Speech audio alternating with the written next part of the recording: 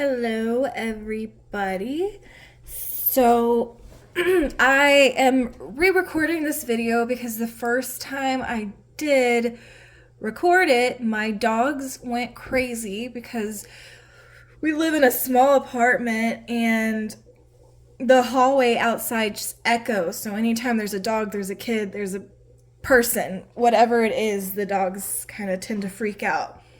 And I was gonna just keep with the video, but it was too much. So I put them in their kennels, and I'm hoping I can get a little bit of quiet and peace.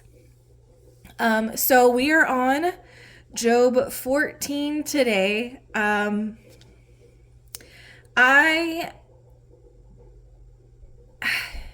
been struggling if I want to keep posting these because I don't feel like I'm doing very well, honestly. I'm kind of just saying what my commentary says, and if y'all wanted that, y'all could just go and buy this commentary. But I'm going to try to put my own thoughts in there too. Like I said in my last video, there's a few likes on the videos, so I'm just going to take that as, those few people are very special. And if they're getting something out of this, well, I want to keep doing it. So Job speaks of the finality of death. Man who is born of woman is short-lived and full of turmoil. Like a flower, he comes out and withers. He also flees like a shadow and does not remain. Man, I feel like Job is just getting more and more discouraged as the time goes by reading. You also open your eyes on him and bring him into judgment with yourself. Who can make the clean out of the unclean? No one. Since his days are determined, the number of his months is with you, and you have set his limit so that he cannot pass. Look away from him so that he may rest until he fulfills his day like a hired worker. So I think what he might be saying here is like, just give me a break, please. Just look away from me for a little bit. Don't focus on little me. That's what I feel like he's saying. And when I was trying to record the video for the first time, so I read this verse and highlighted it because I was like, oh, that sounds so hopeful. Little did I know it really wasn't meant to be a hopeful saying. So, for there is hope for a tree when it is cut down, that it will sprout again, and its shoots will not fail. So I originally read that without going any further and was like, oh, that's so great. I'm going to use that. That's a great verse. That's inspiring. But really what Job is saying is his destiny is sadder, even that of the tree. So I was kind of stressed out that I highlighted that. And I was like, oh no, that's not inspiring. I shouldn't have highlighted that. I'm bothered that I highlighted it. So I just added this note to it so I would remember next time I'm reading through and I don't get all the way down that's not necessarily an inspiring thing to Job right now. But this is what Bible study is all about, I think, making mistakes and then, clarifying.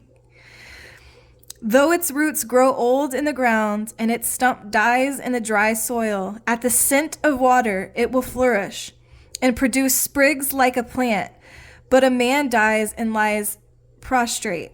A person passes away, and where is he? As water evaporates from the sea and a river becomes parched and dried up, so a man lies down and does not rise. Until the heavens no longer exist, he will not awake nor be woken from his sleep. So my commentary doesn't really have, it has a short section for chapter 14, and it's not going verse by verse interpreting. So my commentary has verses 1 through 12. So, all the way I was reading here to 12 here. Job embraced the fact of God's control over the issues of this life, but challenged their meaning. Life is short, all are sinners, and days are limited, then comes death. In light of this, Job asked God for a little grace instead of such intense judgment, and a little rest from all the pain, and suggested that a tree has more hope than he did. So, yeah, I was kind of right with this, that he's kind of just, look away from me. Just give me a break, please. So where were we? Verse 13. Oh, that you would hide me in Sheol. Am I saying that right? I'm going to Google that real fast. Let's see. I'm going to Google that real fast. Because I'm not sure. All right, let's see what the Google has to say about how to pronounce that.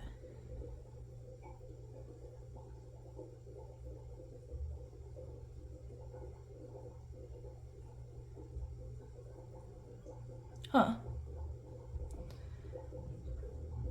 Is my volume up? Oh, my volume isn't. It does. Sheol. Sheol. Sheol. In Hebrew, however, it is normally pronounced as Sheol. Sheol. Okay.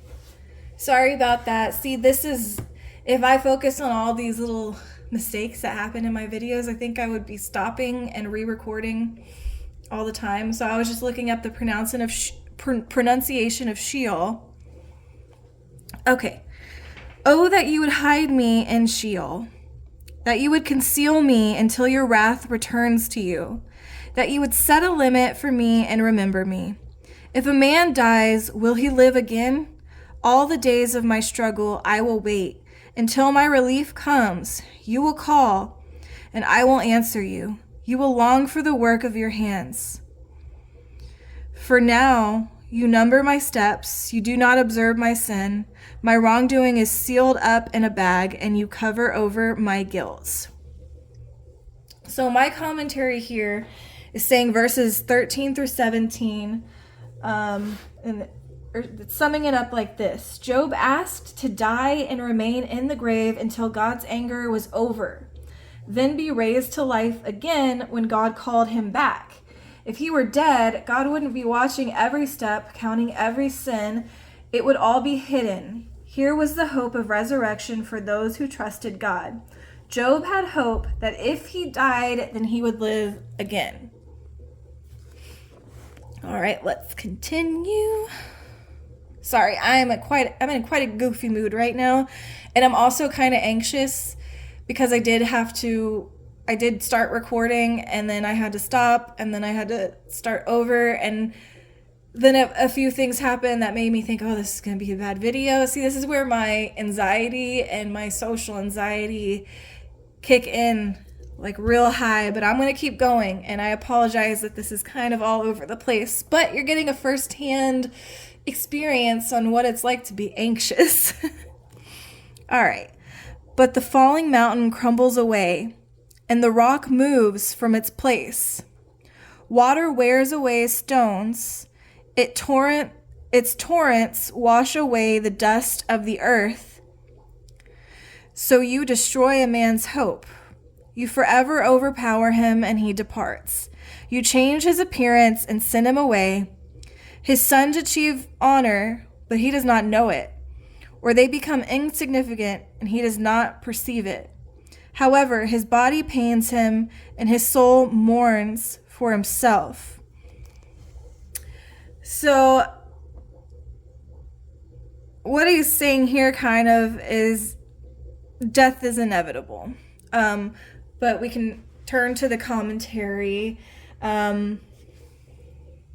Let's see, verses 18 through 22. This is what my commentary says.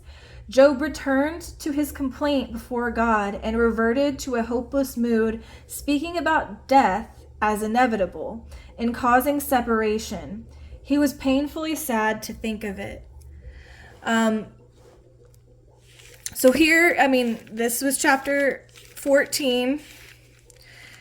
There were some of my thoughts and most of my commentary's thoughts.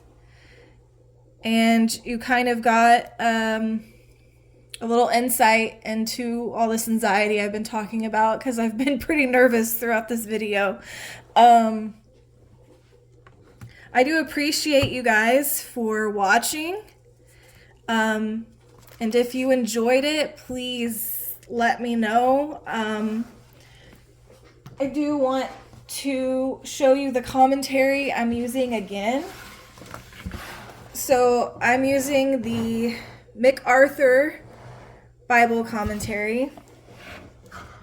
Let's see, let me get the ISBN if anybody's interested. Here's the ISBN.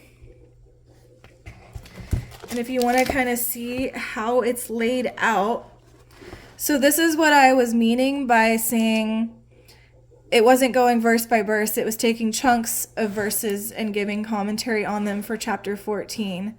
But sometimes it will take one verse and give you some commentary on it. But for some reason, it didn't do that on 14, which was kind of a struggle for me because chapter 14 wasn't the easiest for me to try to interpret myself, as you could see. And here's the Bible I was using. It is NASB, and I'll give the ISBN on this as well. So yeah, I hope you enjoyed the video. Have a great weekend, and God bless you guys, and I love you guys.